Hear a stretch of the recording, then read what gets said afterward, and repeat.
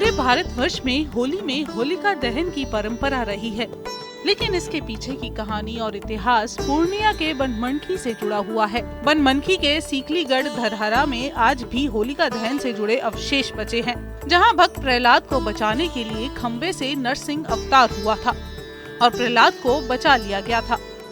आपको जानकर हैरानी होगी कि पूरे भारतवर्ष में होली की पूर्व संध्या पर जिस होलिका को जलाते हैं और खुशी मनाते हैं, उसकी शुरुआत पूर्णिया के सीकलीगढ़ धरहरा से हुई थी।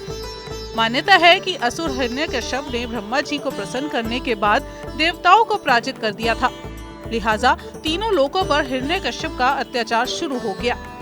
तब भगवान विष्णु ने भक्तों के कल्याण के लिए अपने अंश प्रहलाद को असुर राज की पत्नी कयाधु के गर्भ में भेज दिया।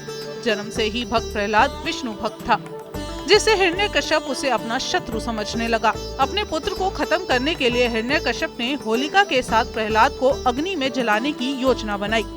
होलिका के पास एक ऐसी चादर थी जिस पर आग का कोई भी प्रभाव नहीं पड़ सकता था। योजना के अनुसार हिरण्यकश्यप ने अपनी बहन होलिका को वही चादर लपेटकर प्रहलाद की गोद में बैठाकर आग जला दी। तभी इसी खंबे से नरसिंह अवतार हुआ और भक्त प्रहलाद बच गए और तेज हवा ने होलिका की चादर को भक्त प्रहलाद को उड़ा दिया, जिससे होलिका अग्नि में जल गई। ये वही स्थल है जहाँ होलिका दहन हुआ था और भक्त प्रहलाद बच गए थे। तभी से इस तिथि पर होली मनाई जाती है। हिरण्यकश्यपु नाम के एक राजा थे। वो अपनी प्रजा पर अत्याचार करते थे, अपने आप को ईश्वर कहते थे। उन्हीं की संतान हुए भक्त प्रहलाद, जो वह भगवान विष्णु के परम शिष्य थे।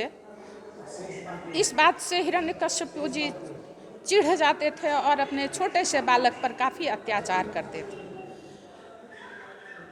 इसके लिए उन्होंने अपने बेटे को मरवाने के लिए भी नहीं चूके। उनकी बहन को, होलिका नाम था उनकी बहन का, हिरण्यकश्यपु के बहन का, और वो उनको अग्नि से एक चादर मिला हुआ था जो अग्नि में वो जल नहीं सकती थी।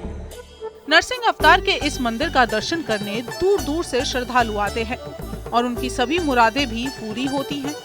यहाँ हर वर्ष धूमधाम से होलिका दहन होता है और यहाँ होलिका जलने के बाद दूसरी जगह होलिका जलाई जाती है। बहुत ज़्यादा आस्था है, बहुत ज़्यादा हम लोग मानते हैं और मानते रहेंगे। यहीं पर अधर्म पर धर्म का विजय हुआ, इसलिए हम लोग मानते हैं। क्या ये सत्य पर असत्य पर सत्य की विजय? जी जी।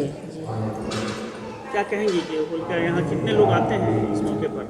होलिका बहुत सारा श्रद्धालु आते हैं, बहुत सारा, हर एक साल। आप लोग कहाँ आए? हम लोग यहाँ आए हैं दर्शन करने। कहाँ कहाँ से लोग आते हैं? बहुत दूर दूर से आते हैं आदमी से। अपने यहाँ का अत्यंत प्राचीन समय का है। यहाँ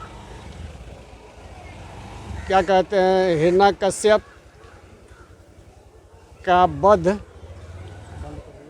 वो नरसिंह भगवान जो नरसिंह के रूप में अवतार लिए थे, अवतार लेके इसी से खंभा से निकले थे और प्रहलाद को बचाए थे होलिका के दहन। हाँ, और उसके बाद जो होलिका, वहाँ होलिका दहन जो है वहाँ होता है।